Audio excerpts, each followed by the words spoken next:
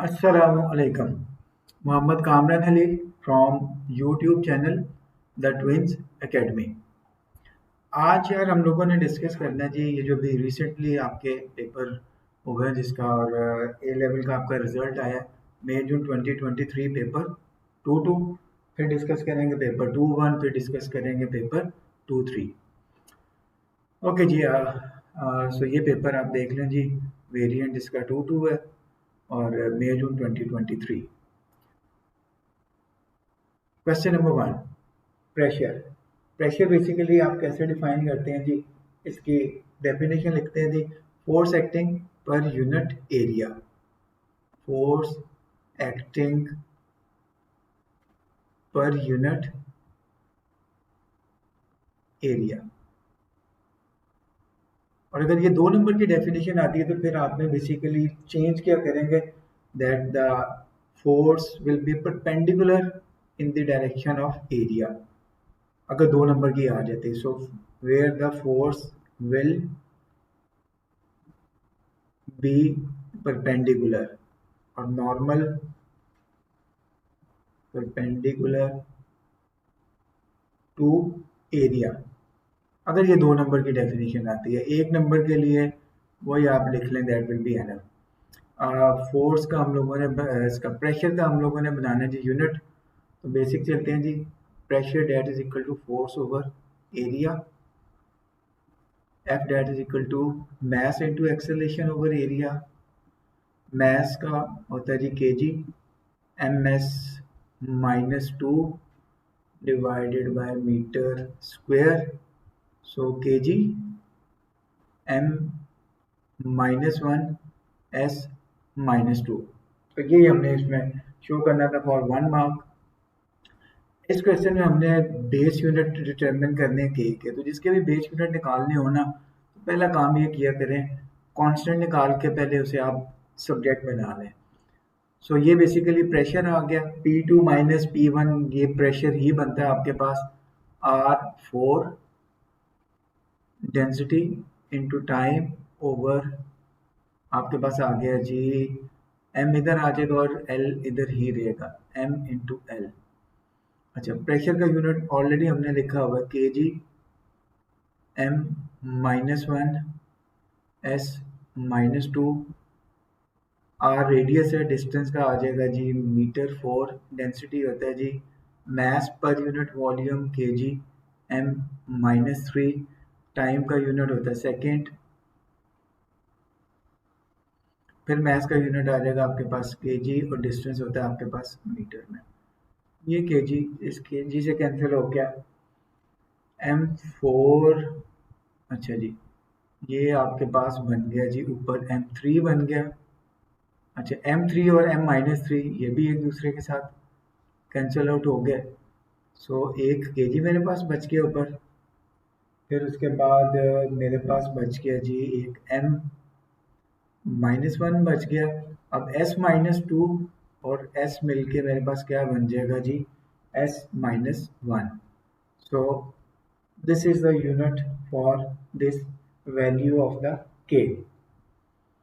अच्छा अब अगले पार्ट पे चलते हैं जी नेक्स्ट पार्ट पे मूव कर जाते हैं जी विदाउट एनी डिले। इसने कहा जी कि नेक्स्ट पार्ट में आपके पास अनसर्टेनिटीज 2 फैक्टर्स के अंदर आ रही हैं एक एल में अनसर्टेनिटी और एक आर में। कहते हैं जी दोनों की अनसर्टेनिटी की वैल्यू है 2%। अगर आप एक्सप्रेशन पे जाएं तो आपको ये पता चलेगा जी कि r की पावर है 4 और l एज इट इज़ है तो l की अनसर्टेनिटी तो बन जाएगी 2%। अनसर्टेनिटी r की कितनी बनेगी 2% and it will become 8%। So the contribution of state and explain which of these two quantities will contribute। So the contribution of r will give you more percentage uncertainty क्योंकि उसके ऊपर power है। Power को जब आप solve करेंगे तो आपके पास आ जाएगा 8%। अच्छा जी what is meant by centre of gravity. Centre of gravity basically वो एक पॉइंट होता है जहाँ पे उसका पूरा वेट एक्ट करता है in downward direction. So the point at which all the weight of the object at which all the weight of object all the weight of object is taken to act is taken to act। अच्छा, अब next part पे चलते हैं जी। Next part में अगर आप diagram देखें तो डायग्राम में बेसिकली लेफ्ट साइड के ऊपर एक फोर्स एक्ट कर रही है और राइट साइड के ऊपर आपके पास दो फोर्सेज एक्ट कर रही हैं। लेफ्ट साइड पे जी 54 न्यूटन, राइट पे 2.4 और एक टी है स्ट्रिंग के अंदर जो फोर्स ऑफ टेंशन है। तो पहले तो इसे रिजॉल्व करके ना फोर्स में कन्वर्ट करते हैं ताकि हमारा काम हो जाए आसान। तो ये डाउनवर्ड डायरेक्शन में और ये मेरे पास बनेगा कंपोनेंट टी साइन 30 डिग्री। तो इसका मतलब है कि इस एज के ऊपर ये फोर्स का ये वाला कंपोनेंट जो एक्ट करेगा डाउनवर्ड डायरेक्शन में, it will be T sine 30 degree. अच्छा, और इसका डिस्टेंस पिवट से वो भी आप जो सा वो टोटल इसका डिस्टेंस कैलकुलेट कर लें। वो टोटल इसका डिस्टेंस कितना बनता है 0.95 और 0.35 मिलके आपके पास बन जाता है 1.3। अब इसको करते हैं जी आगे, सॉल्यूशन की तरफ चलते हैं। सॉल्यूशन में हमारे पास हमने कैलकुलेट करने हैं जी टी। तो लेफ्ट साइड पे पहले फार्मूला लिख लें ताकि इजी हो जाए। F1 into D one, pivot आ गया F2 into D2 plus F3 into D3। Values लगाते हैं जी। अच्छा, वो 1.3 है, वो ठीक है। 5.4 into 0.45 that is equal to second force है जी 2.4 इंटू 0.95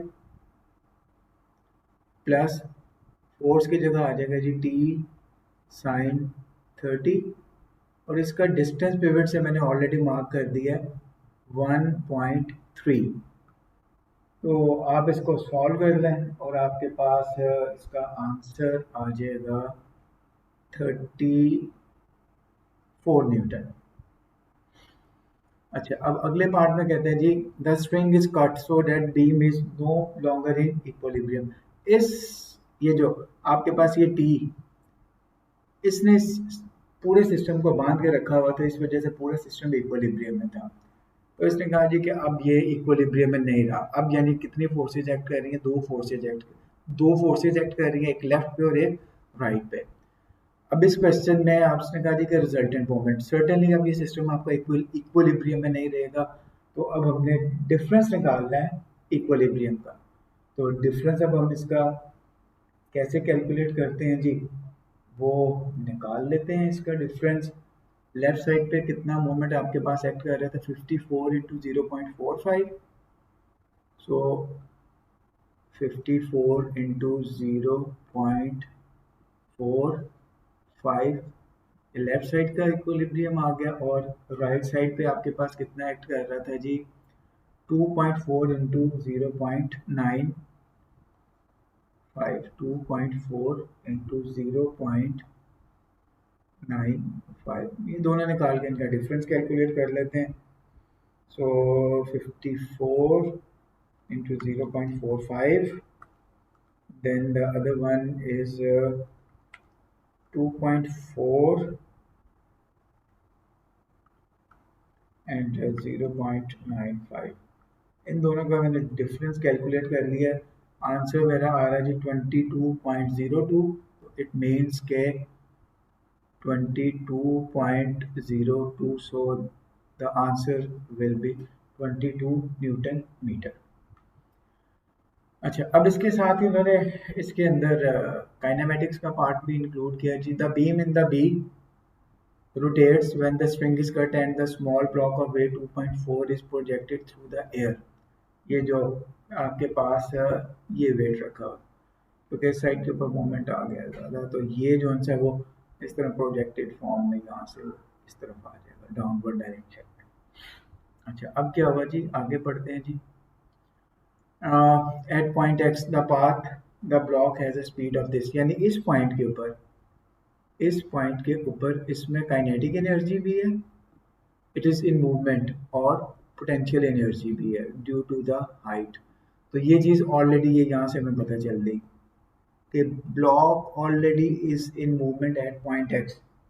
तो टोटल एनर्जी जो इसकी होगी वो kinetic energy plus potential energy, height given है जी 1.8, और उसके बाद हमने कैलकुलेट क्या करना है, पोटेंशियल एनर्जी कैलकुलेट करनी है।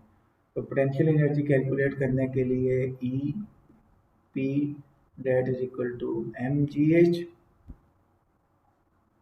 अच्छा, अब एम जी कितना, एम जी तो आपका वो गिवन है जी 2.4 है या 24 है, कितना जी 2.4, ठीक है। एम जी की वैल्यू डायरेक्ट गिवन है आपके पास, और वो वैल्यू कितनी है जी 2.4 इंटू 1.8, डिस्टेंस है हमारे पास, तो 2.4 इंटू 1.8, 2.4 इंटू 1.8 इसे कैलकुलेट किया तो मेरे पास आ जाता है जी 4.32, that is equal to 4.32, so answer will be in 2SF 4.3। Okay,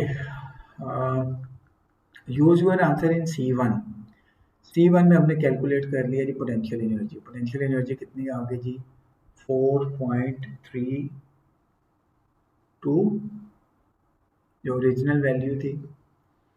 and conservation of energy, determine the kinetic energy of block at Y.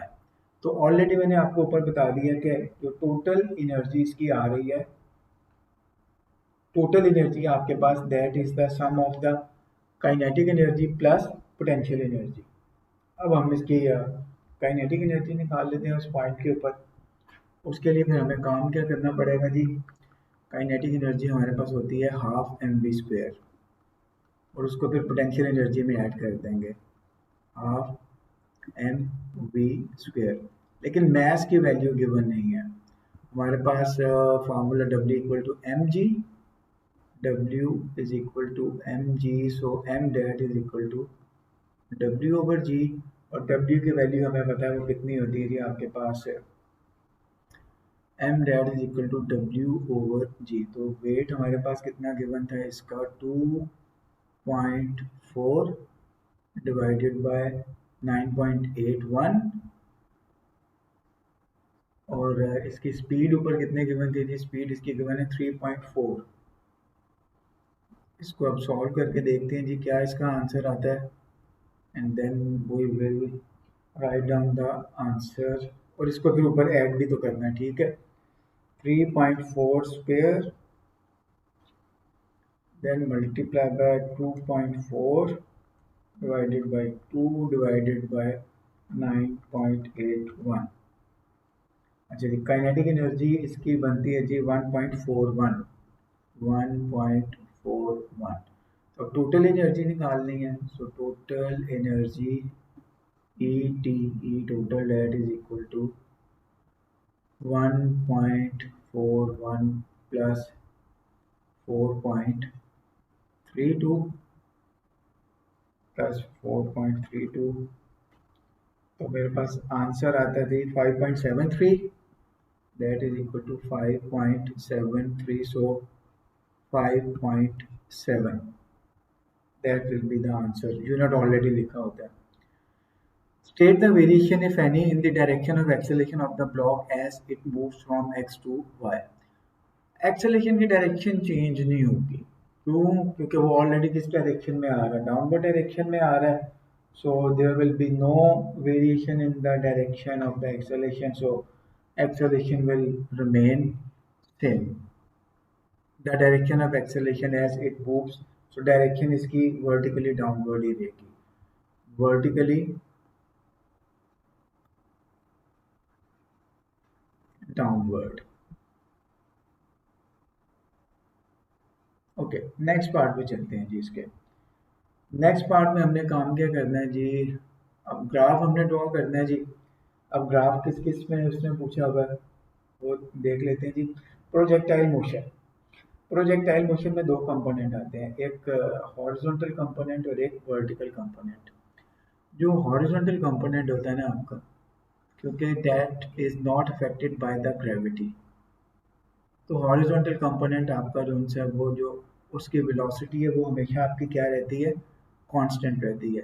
तो इसका मतलब है कि ये ग्राफ आपका बनेगा स्ट्रेट लाइन, किसी जगह आप स्ट्रेट लाइन ड्रॉ कर दें आप till T Y, so then you will get 1 mark. ये स्ट्रेट लाइन क्यों बना, क्योंकि horizontal component is not affected by the gravity. अब आगे हम चलते हैं जी, क्वेश्चन नंबर इसका आ गया जी 3। क्वेश्चन नंबर 3 आपका आ गया जी मोमेंटम से रिलेटेड, फोर्सेस से रिलेटेड। तो इसको आप देखते हैं जी इसमें कैसे कैलकुलेशन करनी है, क्या करना है। A block is pulled by a force x in a straight line along a horizontal surface. Assume that total resistive force opposing the motion of the block is 0.8 opposing force given है जी at all speed, यानी speed बढ़ती भी जाएगी तो इसके ऊपर कोई effect नहीं पड़ेगा, इसका मतलब है अपोजिंग फोर्स आपकी कांस्टेंट है। The variation with the time t of the magnitude of the force is shown in diagram 3.2। Okay, इस ग्राफ को थोड़ा बड़ा भी कर लेते हैं ताकि ये हमारा वैल्यू एवेल्युएट करने के बाद में इसको फिर स्मॉल स्केल पे ले जाएंगे। Define force, force is the rate of change of momentum, बड़ी सीधी सी बात इसकी बेसिक डेफिनेशन। ज़्यादातर स्टूडेंट्स लिखते हैं जी फोर्स इज पुश और pull, which is wrong. Rate of change of momentum, rate of change of momentum is called force. चलो जी नेक्स्ट पार्ट पे चलते हैं नीचे। नेक्स्ट पार्ट में इसने कहा जी determine the change in momentum of the block from time t equal to 0 up till time t equal to 3। अच्छा, इसके लिए हमें change in momentum, change in momentum हमारे पास किसके बराबर आ जाता है जी, force that is equal to change in momentum over time. अच्छा, चेंज इन मोमेंटम आपके पास m इंटू डेल्टा वी भी होता है, लेकिन यहाँ पे ये वाला फार्मूला इसलिए नहीं अप्लाई कर सकते कि हमारे पास वेलोसिटीज गिवन नहीं है।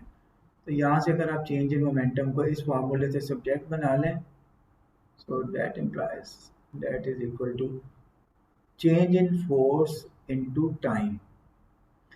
अच्छा, अब इनिशियल वैल्यू कितनी है जी फोर्स की और फाइनल वैल्यू कितनी है फोर्स की, ये वाली एट टाइम 0 से 3 तक ये वैल्यू हमारे पास बन रही है जी 1.4 और ये वैल्यू मेरे पास बन रही है 0.80। ओके, टाइम हमारे पास गिवन है तो फॉर्मूला हमने अप्लाई किया जी, फॉर्मूला पहले लिख लें जी, delta P that is equal to delta F into T.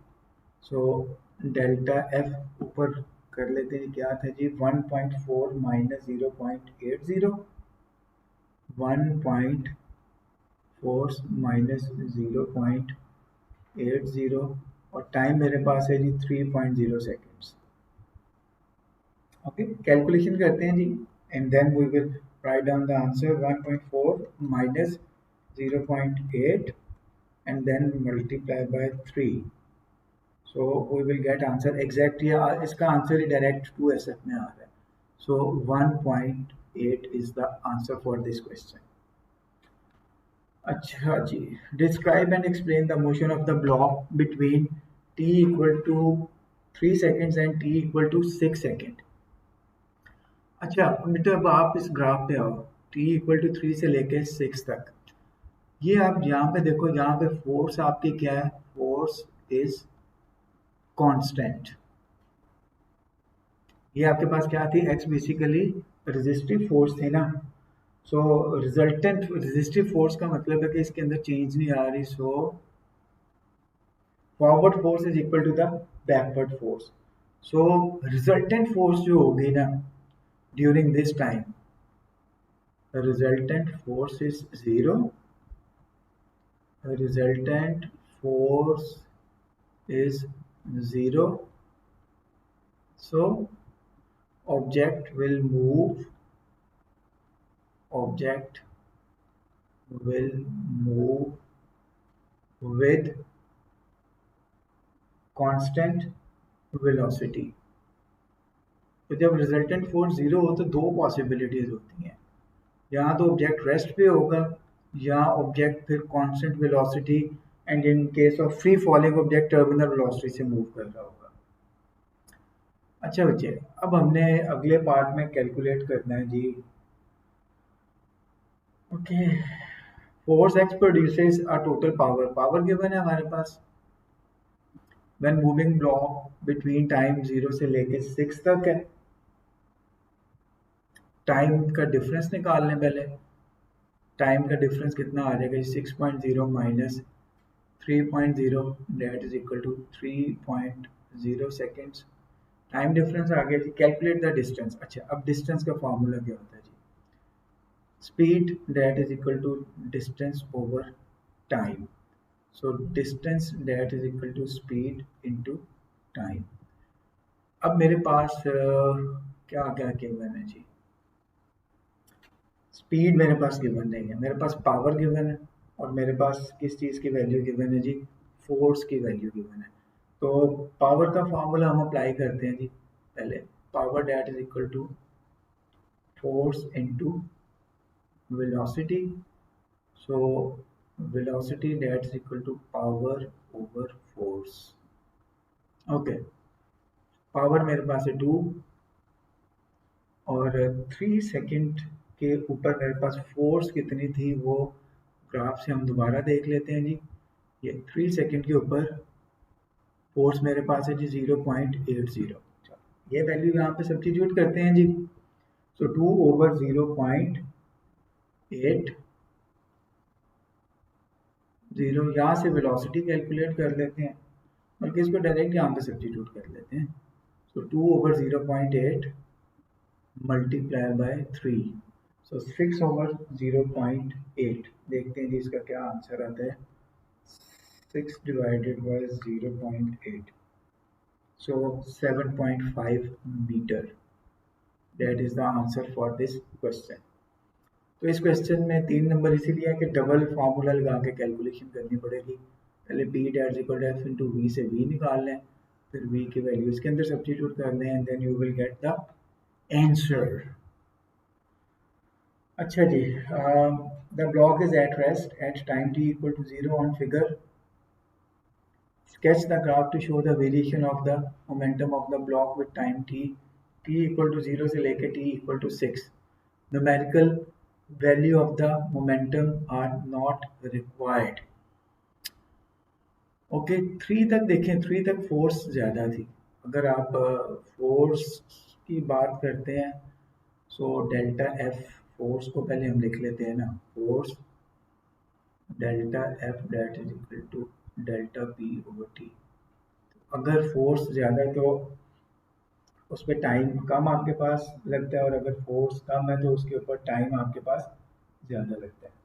अब इसको हमने ग्राफ की फॉर्म में रिप्रेजेंट करना है। ग्राफ इसका कैसे ड्रॉ करेंगे जी, ग्राफ इसका बनेगा जी अब आपके पास F that is equal to delta P over T. अच्छा, delta P over T basically आपके पास क्या बन जाता है जी, ये ग्रेडियंट मोमेंटम ओवर टाइम। तो टाइम 3 सेकंड तक आप फोर्सेस की इसको ग्राफ को अगर थोड़ा सा एनलार्ज करके देखते हैं कि इसके अंदर, ओके हाँ ठीक है जी। थोड़ा सा और इसको बड़ा कर लें तो ग्राफ, हाँ अब वो बॉक्सेस इसके ना प्रोमिनेंट होना शुरू हो गए। अब इसको ड्रॉ करना आसान होगा। तो यहाँ तक चलते हैं जी, straight line,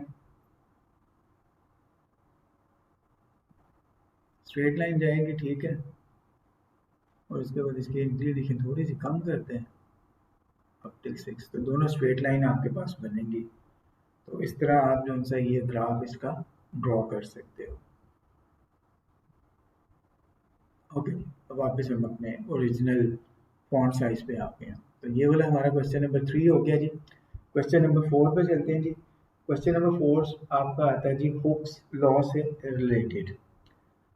spring is suspended from a fix point, और उसके बाद आपके पास आ गया जी the spring by a vertical force apply to the other end. अच्छा, ये ग्राफ आपका ना फोर्स और लेंथ में है। अगर आपका ग्राफ होता फोर्स और एक्सटेंशन, तो वो फिर आपका ग्राफ हमेशा स्टार्ट होता है फोर्स और एक्सटेंशन का ओरिजिन से, क्योंकि जब फोर्स ज़ीरो है तो आपके पास एक्सटेंशन भी ज़ीरो है। लेकिन ये ग्राफ आपका शो कर रहा है लेंथ और फोर्स।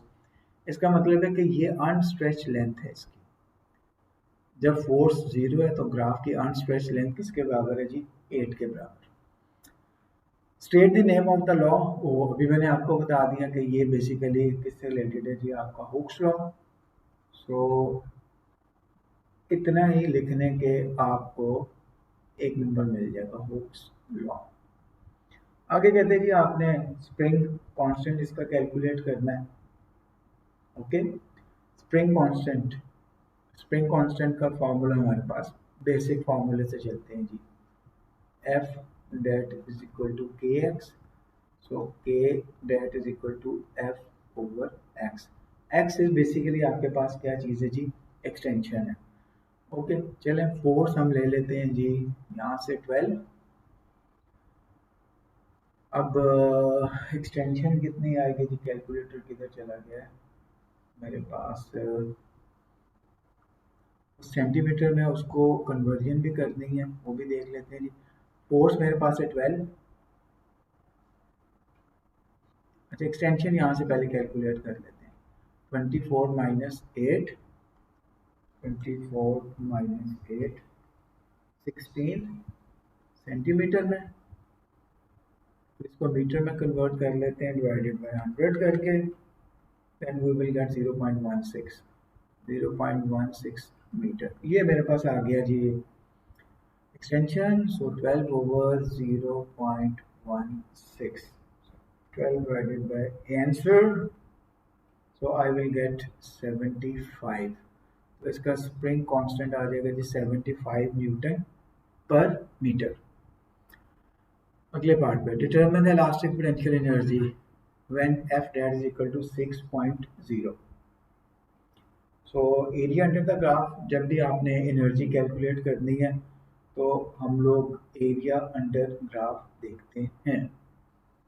फोर्स है हमारे पास 6 न्यूटन।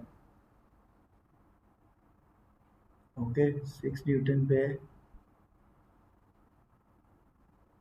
ये मेरे पास एरिया अंडर ग्राफ बनेगा ट्रायंगल। तो ट्रायंगल का एरिया 8 है, और नीचे जो डिफरेंस आ रहा है वो भी मेरे पास डिफरेंस कितना आ रहा है जी? 16 और 8 का। ओके चलो अब करते हैं जी, फॉर्मूला लिखते हैं जी पहले। 1/2 F X extension. So 1/2 as it is, force मेरे पास 6 है। वो वैल्यू कहाँ से स्टार्ट हो रही थी? मेरी वैल्यू स्टार्ट हो रही थी 16 और 8, और 16 माइनस 8 ओवर 100, क्योंकि सेंटीमीटर में उसको मीटर में कन्वर्ट ज़रूर करना है।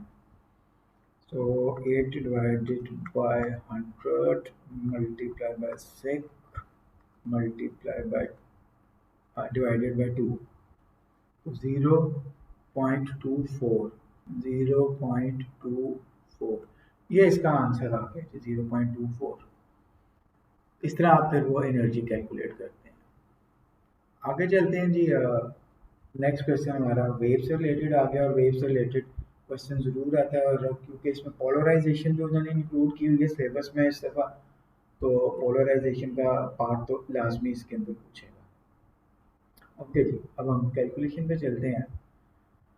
कैलकुलेशन में progressive wave travel through a medium, question पढ़ लेते हैं। The waves caused by a particle of the medium to vibrate along the line P, the energy of the wave propagates along the line Q. Compare the directions of the line P and Q if the wave is transverse wave. तो transverse wave में basically क्या होता है? They are perpendicular, ये basic difference है। They are perpendicular, perpendicular.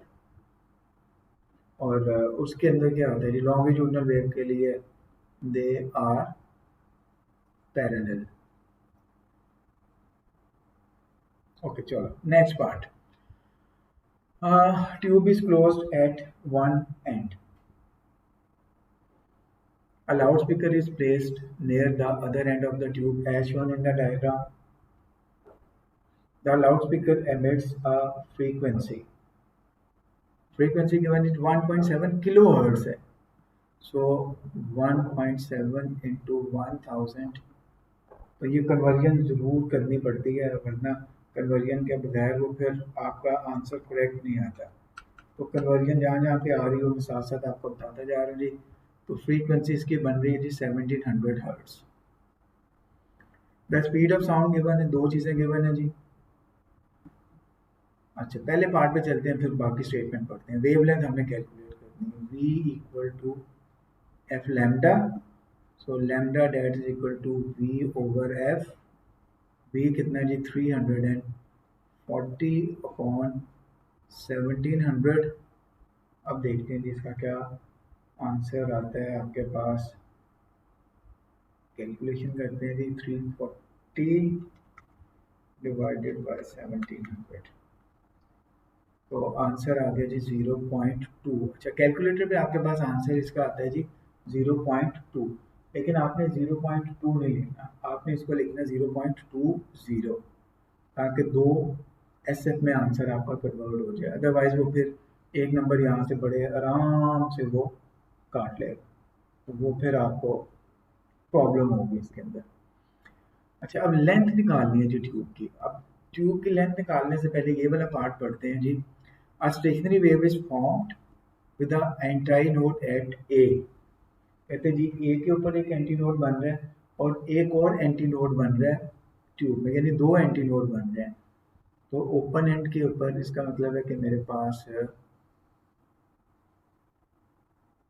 ये tube आ गई, उसके बाद यहाँ से फिर जो डेड एंड है वहाँ पे हमेशा क्या होता है नोड, और जो ओपन एंड होता है वहाँ पे हमेशा क्या होता है एंटीनोड। अच्छा अब आगे हमने काम क्या करना है जी। अब इस ये आपके पास बेसिकली क्या है, ये हाफ वेव बनती है स्टेशनरी वेव के रेफरेंस से लैम्डा बाय 2, और ये आपका स्टेशनरी वेव के रेफरेंस से बनता है लैम्डा बाय 4। क्योंकि स्टेशनरी वेव्स आपकी ये दो वेव्स मिलके एक कंप्लीट वेवलेंथ बनाती हैं, यानी एक कंप्लीट वेवलेंथ में तीन नोड आ जाते हैं या तीन कंसेक्यूटिव एंटी नोड होंगे। ये चीज़ तो मुझे डायग्राम से पता चल गई।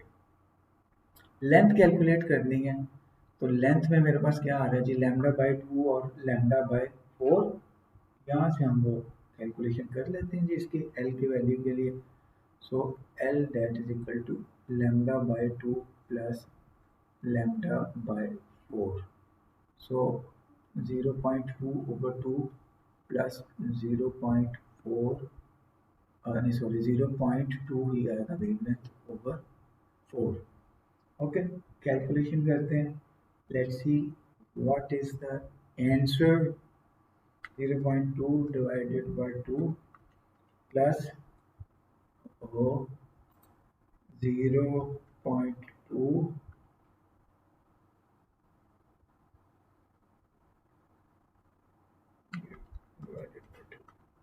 0.1 plus 0.2 over 4, 0.05 plus 0.1, so 0.15. This is the answer of this question. तो ये कैलकुलेट आपको फिर करना पड़ेगा इसमें, ठीक है जी। अगले पार्ट पे चलते हैं जी इसके नेक्स्ट पार्ट में इसने क्या पूछा है वो देख लेते हैं। The maximum wavelength of the sound from the loud speaker that can produce a stationary wave in the tube. अच्छा जी अब हमारे पास हमने मैक्सिमम वेवलेंथ कैलकुलेट करनी है।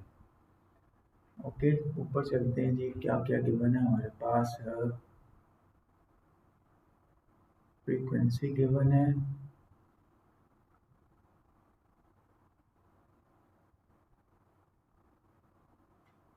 स्पीड मेरे पास गिवन थी, और क्या मेरे पास गिवन है इसमें, मैक्सिमम वेव लेंथ मैंने कैलकुलेट करनी है। वैल्यूज क्या गिवन थी, ये मेरे पास 0.20 वेवलेंथ गिवन है, और क्या गिवन है जी इसमें, लेट मी चेक। और इसमें क्या क्या गिवन था,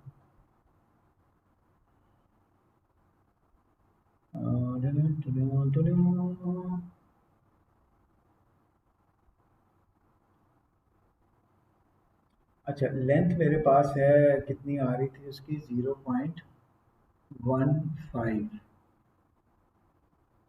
the maximum wavelength of the sound produce loudspeaker that can produce a stationary wave in the tube। 0.15 मेरे पास वो गिवन है,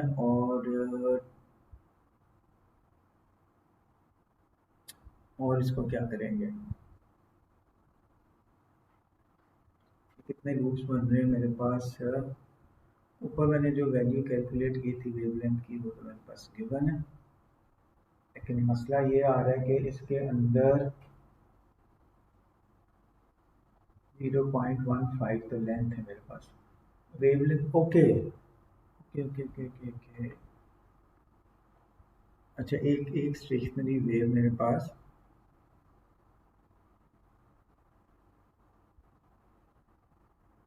हो गया सॉल्व, ये नोड है और ये एंटी नोड, करते हैं जी अब इसको सॉल्व। नोड और एंटी नोड के दरमियान जो डिस्टेंस है, नोड और एंटी नोड, ये एंटी नोड आ गया, ये नोड आ गया, नोड और एंटी नोड होता है जी आपका लैम्डा बाय 4 ऑफ टोटल, ठीक है।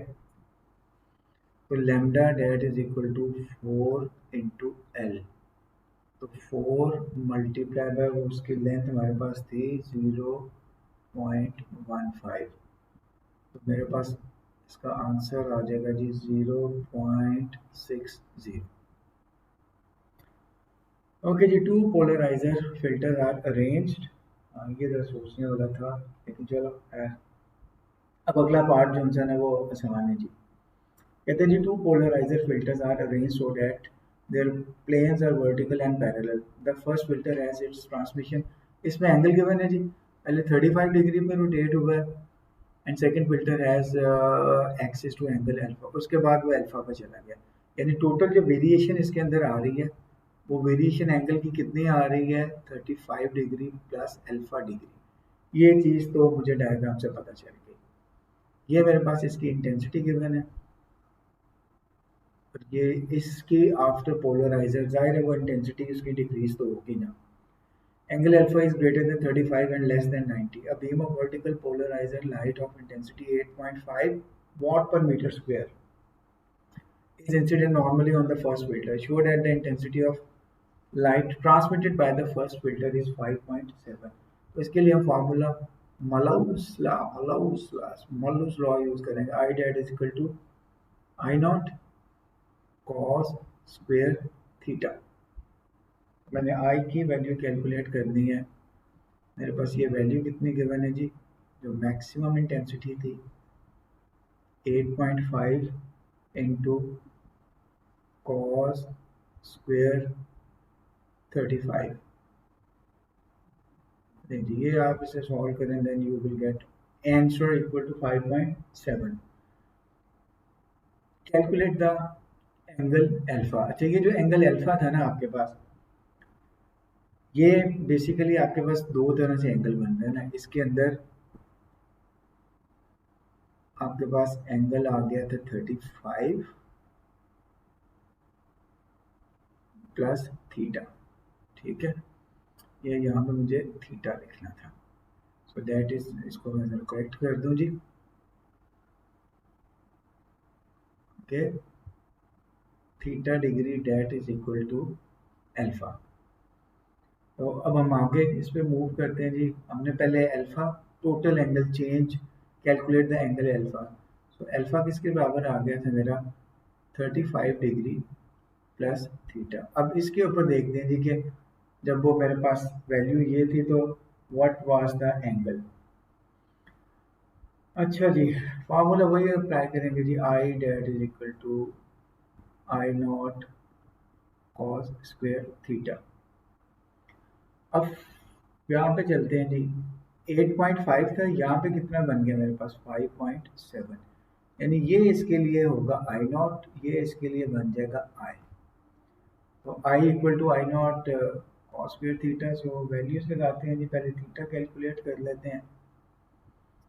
वो मेरे पास कितना था जी 5.7, that is equal to 5.2 cos square theta. Okay, इसको कैलकुलेट करते हैं, 5.2 ओवर 5.7,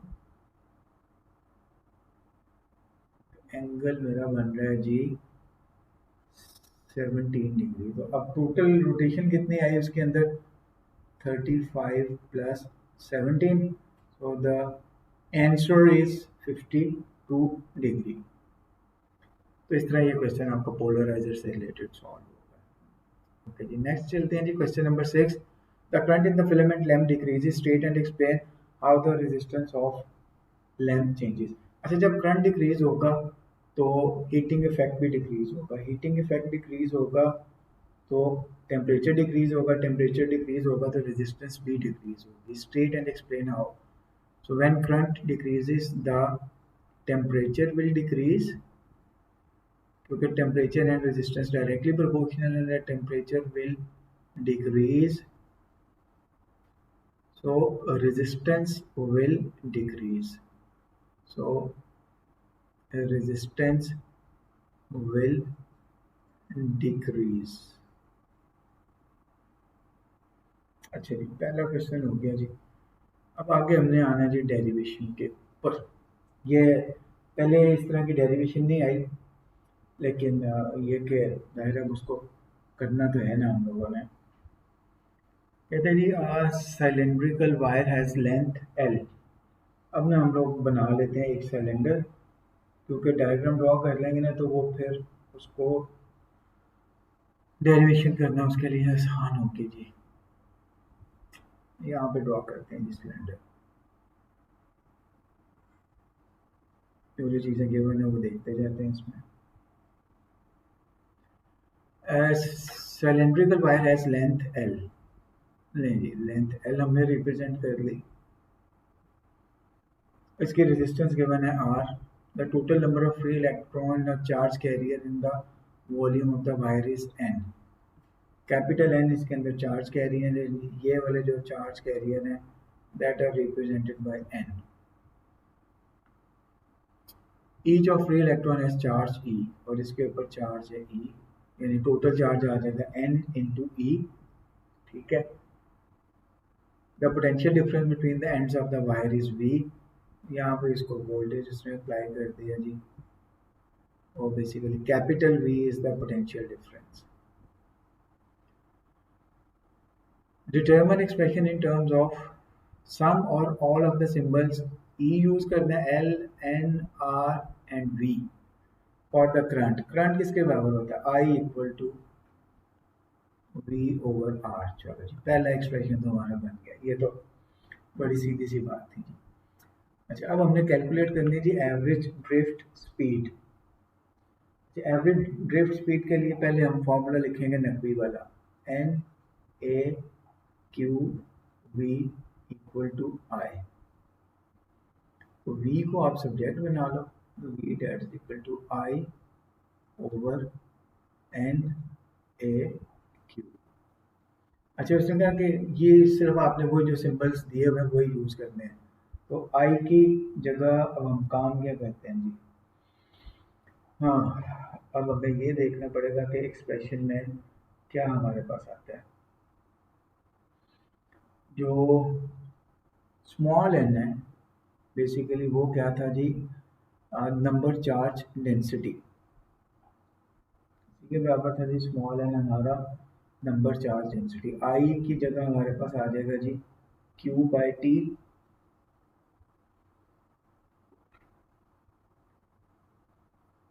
मेरे पास ना वेलोसिटी एवरेज ड्रिफ्ट वेलोसिटी।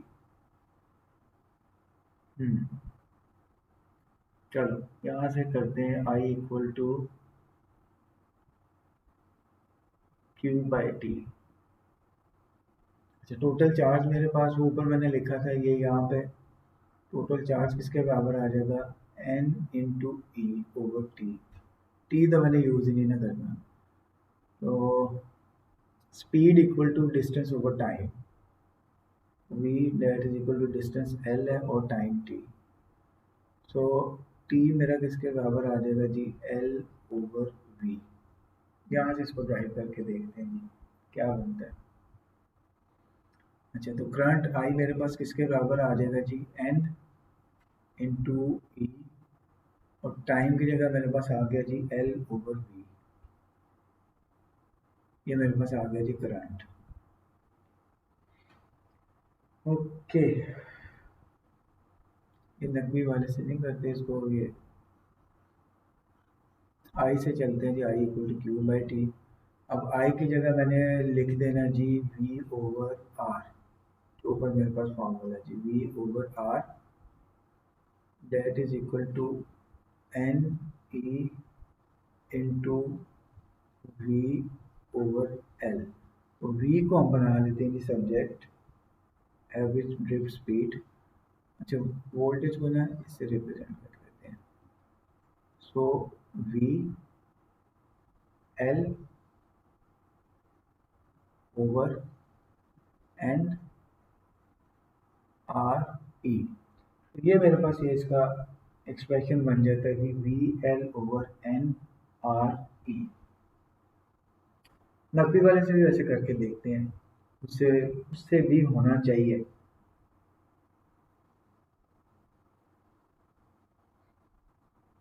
चलो जी, इस सिलेंडर का जो वॉल्यूम है, वॉल्यूम इसके बराबर है जी ए इंटू एल वॉल्यूम। यहाँ पे लिख लेते हैं जी। ओके जी, हाँ, नकदी वाले से इसको सॉल्व करते हैं, तो इसको कहाँ पे लिखते हैं नकदी वाले के लिए।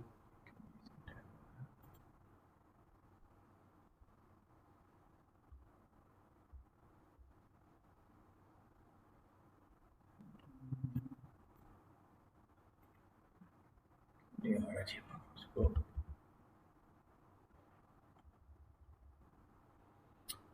आजा आजा आजा आजा आजा। अच्छा चलो, यहाँ से इसको ना मैं येलो पेन से करता हूँ। एन, इसका पॉइंटर ज़रा छोटा करना पड़ेगा। N A Q V equal to I. N है नंबर चार्ज डेंसिटी। जब नंबर चार्ज डेंसिटी यानी total number of particles over volume. N की जगह हम लिख देंगे जो टोटल नंबर चार्ज डेंसिटी है ना, एन ओवर वी। आगे मेरे पास है एरिया एज इट इज आ गया, क्यू एज इट इज आ गया, drift velocity that is equal to I. अच्छा, वॉल्यूम किसके बराबर होता है, वॉल्यूम होता है A into L. So N over area into length into A into Q into V equal to I. अच्छा, एरिया से कट गया। चार्ज को हम ई से रिप्रेजेंट करते हैं जैसा कि रिक्वायर्ड है, N E V over L that is equal to I. I की जगह आ जाएगा जी वी ओवर आर। अब मैंने इसे सब्जेक्ट बनाना है।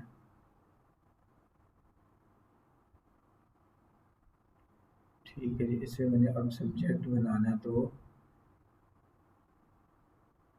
Drift velocity that is equal to V into L over N E R, N R E. तो दोनों method से आप कर सकते हो, आप नकवी वाले से भी कर सकते हो और आप इससे भी कर सकते हो। अच्छा, अब अगले पार्ट पे चलते हैं जी। आगे कहते हैं जी the average time taken for free electron to move along the full length of the wire. अब हमने कैलकुलेशन करनी है, तो टाइम एक्सप्रेशन निकालना है बेसिकली, ठीक है। हमने कैलकुलेट इसका कोई एक्सप्रेशन ही करना है कि टाइम के लिए हमारे पास क्या आएगा। तो टाइम हमने ऊपर पहले किया था जी, time that is equal to speed equal to distance over time, तो time that is equal to distance over speed।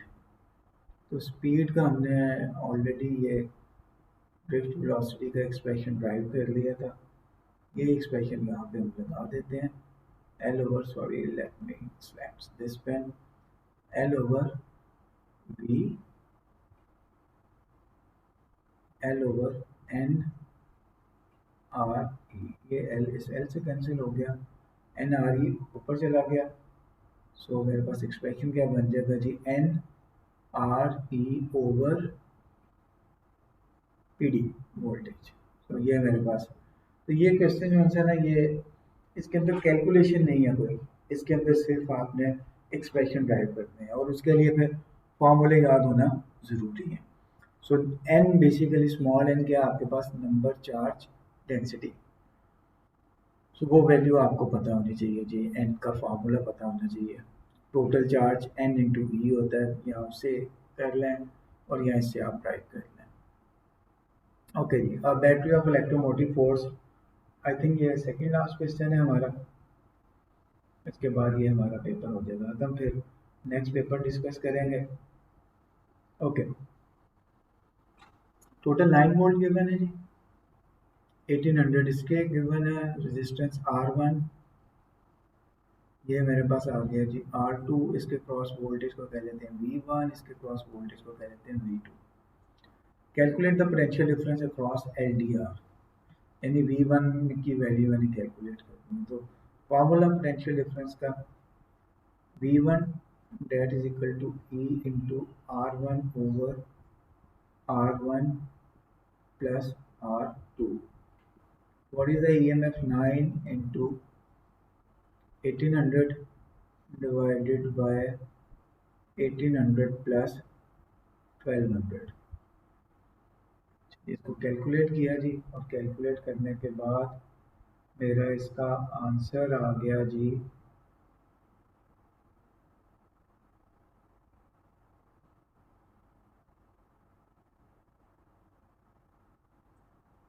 5.4 volt. देख लेते हैं इसको। So the answer is 5.4 volt. अच्छा, अब मुझे ये आ गया जी पोटेंशियोमीटर आ गया, ठीक है। पोटेंशियोमीटर में आप देखते हैं कि क्या क्या गिवन है आपके पास। कहते हैं जी, the circuit is now modified by adding a uniform resistor wire X Y and a galvanometer. Galvanometer show कर रहा है नल वेक्टर। पोटेंशियल डिफरेंस हमने किसके क्रॉस निकाल लिया था जी, L D R. L D R के क्रॉस कितना पोटेंशियल आ गया था मेरे पास, 5.4 वोल्ट। इसका मतलब है बाकी 3.6 वोल्ट मेरे यहाँ पे ड्रॉप होंगे। एक्स और वाई की लेंथ कितनी है, एक्स और वाई की लेंथ है जी 1.2 मीटर, यानी कि टोटल लेंथ है एक्स और वाई की 1.2 मीटर। और इसके क्रॉस, एक्स और वाई के क्रॉस जो पीडी मेरा ड्रॉप हो रहा है वो कितना हो रहा है जी, 9.0। ये चीज़ मुझे डायग्राम से पता चल गई। The length of wire X is 1.2, the movable connection G is positions on the wire xy so that the galvanometer reading is 0, यानी नल वेक्टर वो हमने पहले पढ़ लिया जी। Calculate the length X D along the resistive wire, इसके लिए formula बड़ा सिंपल सा यूज करना है जी। इसे मैं कह लेता हूँ जी, एक्स डी निकालना है, ये मेरे पास V1 आ जाएगा, ये मेरे पास आ गया V2, ये लेंथ मेरे पास आ जाएगी L1, और इस लेंथ को x से लेकर z तक मैं कह देता हूँ जी L2। So L1 over V1, L1 over V1 that is equal to L2 over V2। L1 length कितनी है जी, 1.2, और V1 है मेरे पास 9 वोल्ट, 1.2 over 9 1.2/9। L2 मैंने बेसिकली कैलकुलेट कर दी थी ना, और इसका 5.4। So 1.2 into 5.4 divided by 9, 0.72। तो ये बुक में भी फॉर्मूला आपके पास गिवन है, टेंशियोमीटर का जो टॉपिक है आपका, वहाँ से भी आप देख सकते हैं जी। कहते हैं जी the environmental condition changes causes a decrease in resistance of LDR। LDR में लाइट इंटेंसिटी और रेजिस्टेंस इन्वर्सली प्रोपोर्शनल है। The temperature of the LDR remains constant. Light intensity को क्या होगा, देखो रेजिस्टेंस उसकी उसने ये कहा है कि डिक्रीज होगी, तो सर्टेनली लाइट इंटेंसिटी आपकी क्या होगी, इंक्रीज। तो लाइट इंटेंसिटी इंक्रीज होगी तो जो total power produce by the battery वो भी ज़्यादा उसको एनर्जी मिलेगी, so it will also increase. And then the length X E so that the galvanometer reads 0। तो वो लेंथ हमें बेसिकली उसको एडजस्ट करने के लिए क्या करना पड़ेगा, उस लेंथ को हमें डिक्रीज करना पड़ेगा। So power increase, intensity increase and the length will decrease. अब आते हैं जी लास्ट क्वेश्चन पे इसके। न्यूक्लियर से रिलेटेड सबसे आसान क्वेश्चन ये होता है जी आपको, ठीक है। आइसोटोप से रिलेटेड क्वेश्चन आगे जी, कहते हैं G P and Q R isotopes of same element. Isotopes में क्या होता है जी, नंबर ऑफ प्रोटॉन सेम रहते हैं लेकिन नंबर ऑफ न्यूट्रॉन्स आपके चेंज होते हैं। So number of proton will remain same and number of neutron will be different. तो ये तो 2 नंबर बड़े आराम से आप सिक्योर कर सकते थे। When nucleus Q decays to form a nucleus R, the quark composition of nucleon changes। State the change of the quark composition। ये emit क्या कर रहा था, ये emit कर रहा है जी ऊपर अगर आप देखें तो ये emit कर रहा है बीटा नेगेटिव। तो बीटा नेगेटिव में काम क्या होता है जी, कि जो डाउन क्वार्क है जो वो किस में कन्वर्ट होता है, इनटू अप क्वार्क, क्योंकि बीटा नेगेटिव में आपके पास यही कंपोजिशन आती है जी, change the quark, so down quark will move into the up quark, down move करते हैं अप क्वार्क के अंदर। या डाउन के लिए आपके पास क्या आ जाता है जी, उसमें जो क्वार्क कंपोजिशन आ जाती है आपके पास, प्रोटॉन बेसिकली बीटा नेगेटिव है, सो न्यूट्रॉन इसमें कन्वर्ट होता है जी, neutron that is equal to B0 -1 plus P1 क्योंकि इसमें न्यूट्रॉन कन्वर्ट हो रहा है प्रोटॉन में। प्रोटॉन की कंपोजिशन होती है जी अप अप डाउन, और न्यूट्रॉन की कंपोजिशन होती है अप डाउन डाउन। यहाँ तो आप ये लिख लें, यहाँ पर आप लिख लें जी up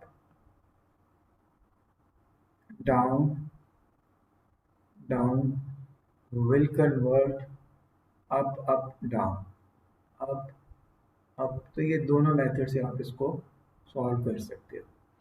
state the name of the beta particle. अच्छा, जब बीटा नेगेटिव एमिट होता है तो हमेशा एंटी न्यूट्रिनो एमिट होगा साथ, एंटी न्यूट्रिनो, इसके साथ एंटी न्यूट्रिनो एमिट होगा। अब लास्ट पार्ट पे चलते हैं जी। लास्ट पार्ट में हमारे पास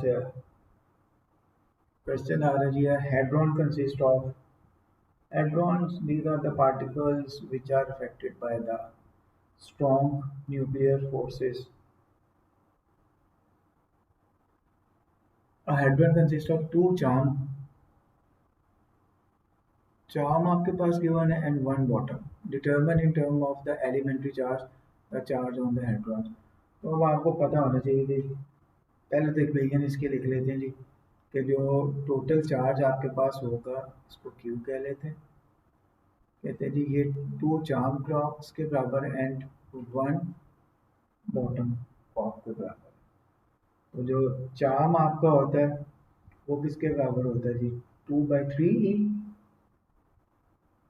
सो 2 इंटू 2/3 ई प्लस जो बॉटम क्वार्क होता है वो उसकी वैल्यू होती है जी -1/3 ई।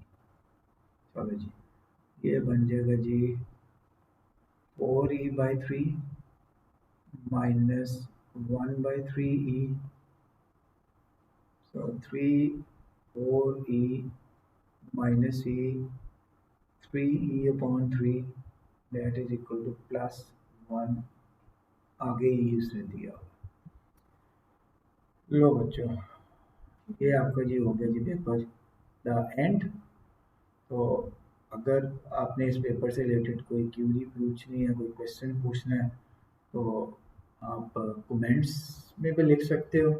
और आप जो उनसे वो यहाँ पे ये फ़ोन नंबर गिवन है यहाँ पे आप व्हाट्सएप करके भी अपनी क्यूरी पूछ सकते हैं। तो इंशाल्लाह नेक्स्ट टाइम इसके बाकी वेरिएंट्स वो भी मैं कोशिश करता हूँ कि एज सुन एज पॉसिबल वो भी अपलोड कर दूँ। टेक केयर, स्टे ब्लेस्ड, अल्लाह हाफिज़।